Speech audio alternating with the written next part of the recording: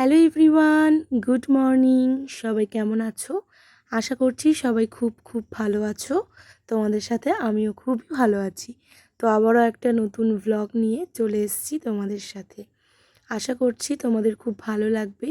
আজকে সারাদিনে কি করেছি কি না করেছি, কি খাওয়া দাওয়া করেছি, যতটা আমার পক্ষে সম্ভব হয়েছে পুরোটাই তোমাদের কাছে তুলে ধরেছি। তোমরা দেখো, আর ভুল ত্রুটি তো হতেই পারে। তোমরা অবশ্যই আমার খুবই কাছের মানুষ তোমরা, তো আশা করি তোমরা সেটা ঠিকঠাক করে নেবে। কেমন? তো চলো ভ্লগটা শুরু করছি এখান থেকেই। দেখো, এটা হচ্ছে আমাদের স্টেশন বাজার। তো ফ্রেশ হয়ে একবারে টোটোয় চেপে চলে এসেছি হচ্ছে সোজা স্টেশনে। তো আশা করি তোমরা যখনই দেখো, আমি স্টেশনের পিছনের রাস্তাটা দিয়ে তোমাদেরকেই দেখাই, সামনের রাস্তাটা দেখাই না। এবার সামনের রাস্তাটা দেখানোর কারণ আছে, কারণ হচ্ছে সামনের রাস্তাটা নতুন করে মেরামত হচ্ছে, সুন্দর করে হচ্ছে স্টেশনটা। আর টোটো থেকে নেমে সোজা এলেই এই পিছন দিকের রাস্তাটা পড়ে, আমাদের সোজা হয় যেতে আসলে, তার জন্যই পেছনের রাস্তাটা দিয়েই যাওয়া। তো দেখো, তারপরে স্টেশনে ঢুকে টিকিট কেটে ফেলেছি। আর টিকিট কাটার পরেই আমি আর আমার মা এখন যাচ্ছি হচ্ছে সোজা 4 নম্বর প্ল্যাটফর্মে, যেহেতু আমাদের ট্রেনটা দাঁড়িয়ে রয়েছে 4 নম্বর প্ল্যাটফর্মে, তার জন্য।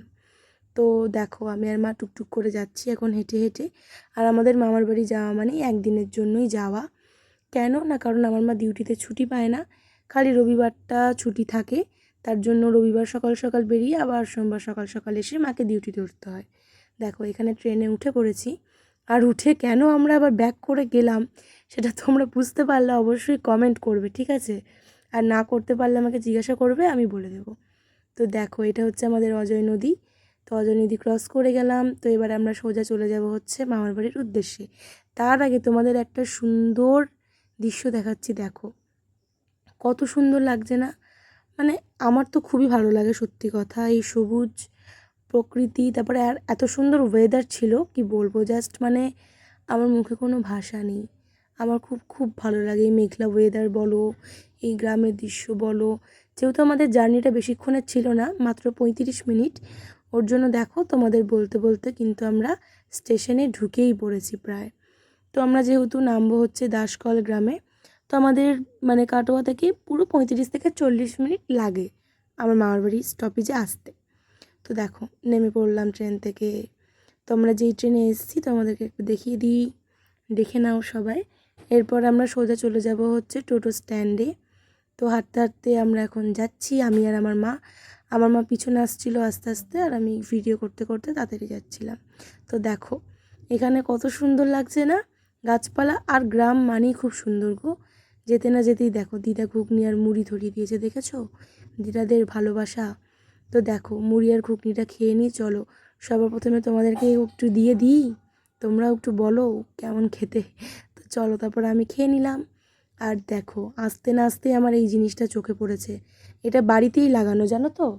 এটা বাড়িতেই লাগিয়েছে, এত সুন্দর, কি সুন্দর পেঁপে হয়েছে দেখো গাছে। গাছে খুব সুন্দর পেঁপে হয়েছিল। তারপরে এই পেয়ারাটা দেখো, অনেকগুলো পেয়ারা হয়েছিল, আমি লাগুন পাইনি, তবে যে কটা পেয়েছি তোমাদেরকে দেখালাম, তাই না? কি সুন্দর লাগছে। আর এর সঙ্গেই দেখো পেঁচিয়ে উঠেছে সরু পাড়া, ছোট্ট পাড়া পেঁপে গাছের সাথেই দেখো উচ্ছে গাছ, কি সুন্দর হয়েছে। ছোট্ট ছোট্ট তিনটে, একটাই দেখো ছোট্ট পাড়া, আর একটা একটু পেকে গেছিলো, আর এইটা ছিল তিনটে। তো এরপর এই দেখো, কে এটা বলো তো? ওর না ঘা হয়েছিল, জানো তো? ঘা নয়, পক্স হয়েছিল, সরি। ওর পক্স হয়েছিল বলে মুখে চোখে এরকম দাগ হয়ে গেছে। ও ওষুধ খেতে চায় না, বাচ্চাদের মতন বাহানা করে, জানো? দিদা ওষুধ খাওয়াচ্ছিল আর খাবে না করছিল। তো এখানে দেখো, তারপরে দেখছি দিদা রান্না করতে বসে গেছে। তো এখানে ঘি করলা ভাজছিল, আর তার সাথে সাথে দেখো এখানে মাছ ভাজা, মানে কাড়াকাড়ি লেগে গেছে কে খাবে। আমি, মা, বুনু তিনজনে মিলে খেয়ে নিলাম মাছ ভাজা। এটা আমার সবথেকে প্রিয় হচ্ছে মাছের টক। তো দেখো, আমার দিদা করছিল। আর এটা হচ্ছে, তোমাদের বলে রাখি, এটাকে বলে হাতায় মাছ ভাজা। তো মাছটাকে যদি এটাতে মশলা দিয়ে একটু ভাজা যায়, কিচ্ছু না, নর্মাল যেমন আমরা নুন হলুদ দিয়ে মাছ ভাজি সেরকমই, বাট এই কড়াইয়েরটা খেতে একটা আলাদাই টেস্ট লাগে। তার জন্য আমি যখনই যাই দিদা এটা আমাকে করে খাওয়ায়। তো দেখো, দুপুরের লাঞ্চের মেনু এটা ছিল, এর সাথে মাছের টকটা ছিল। তো খাওয়ার পরই বলছিলাম না যে আমার মনটা খুবই চুকচুক করছিল, কি করব। দেখো, এই উচ্ছেটা ছিল, এই উচ্ছেটাকে পেরে নিয়েছি আমি। খুব ভালো লাগছে, হাত কাঁচা আর হাত পাকা। এখানে তোমাদের বিকেলের দৃশ্যটা একটু দেখিয়ে দিচ্ছি, দেখো কি সুন্দর না, পেঁপে গাছে পেঁপে হয়েছে, দেখো ফুল এসছে অনেক।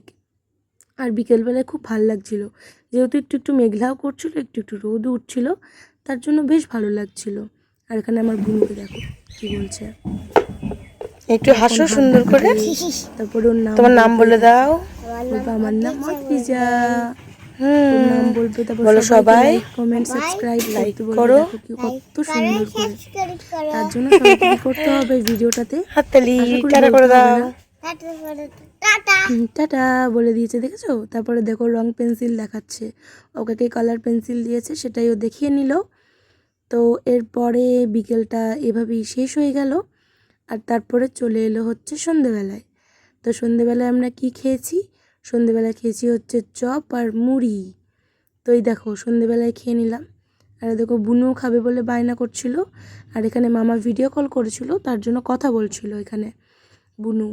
আর এই যে মামি ফোন ধরে রয়েছিল। আর এই দেখো নিয়ে চলে এসছে দেশি মুরগির মাংস। আমার দিদাকে বলেছিলাম, আর আমার দাদু একটা গোটা দেশি মাংস নিয়ে চলে এসছে, মোরগ বলে ওটাকে, দেশি মোরগ নিয়ে এসছে। মোরগটা খেতে বেশি টেস্টি হয়। তো এখানে কষানোর পরেই দেখেছো দিদা আমাদের দিয়ে দিয়েছে কষানো টেস্ট করার জন্য। আর কি বলবো, এইসব বলার নয়, দারুণ টেস্ট, দারুণ ছিল। তো রাত্রেবেলা খেতে বসে পড়েছি। ভেবো না এটা কেন হুট করে জুম হয়ে গেল বলি, ভিডিওটা আমি করেছিলাম চওড়াভাবেই, কিন্তু এখন দেখছি লম্বাভাবে হয়ে গেছে, তাই আমার কিছু করার নেই। তার জন্য প্রথমে ডাল আর আলু পোস্ত দিয়ে খেয়ে নিলাম। তারপরে ছিল হচ্ছে এই দেখো আমাদের দেশি মুরগির ঝোল, দারুণ টেস্টি ছিল। ওইগুলো তো কোনো বলার ভাষাই নেই। গরম ভাত আর দেশি মুরগির মাংস, ফোকাস আসছিল না, ওর জন্য আমি ফ্ল্যাশটা একটু ধরিয়ে নিচ্ছিলাম। তো এরপরে দেখো সোজা চলে এসেছি হচ্ছে স্টেশনে, কারণ তারপরেই ঘুমিয়ে গেছি, আর ঘুমানোর পরই হয়ে গেছিলো ভোর। তো আমরা আবার বললাম যেহেতু যে ভোরবেলাতেই চলে আসতে হবে, কিছু করার নেই।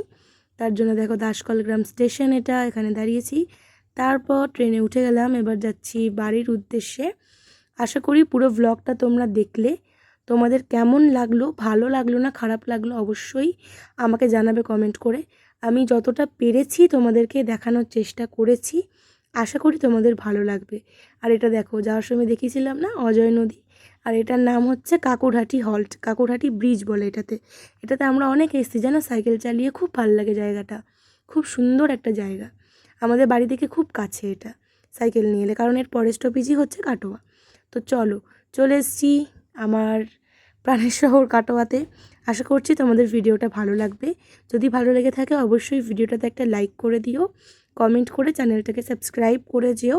তোমরা সবাই খুব খুব ভালো থেকো, সুস্থ থেকো, সাবধানে থেকো। দেখা হচ্ছে আবারও একটা নতুন ব্লগের সাথে, ততক্ষণ তোমাদের টাটা।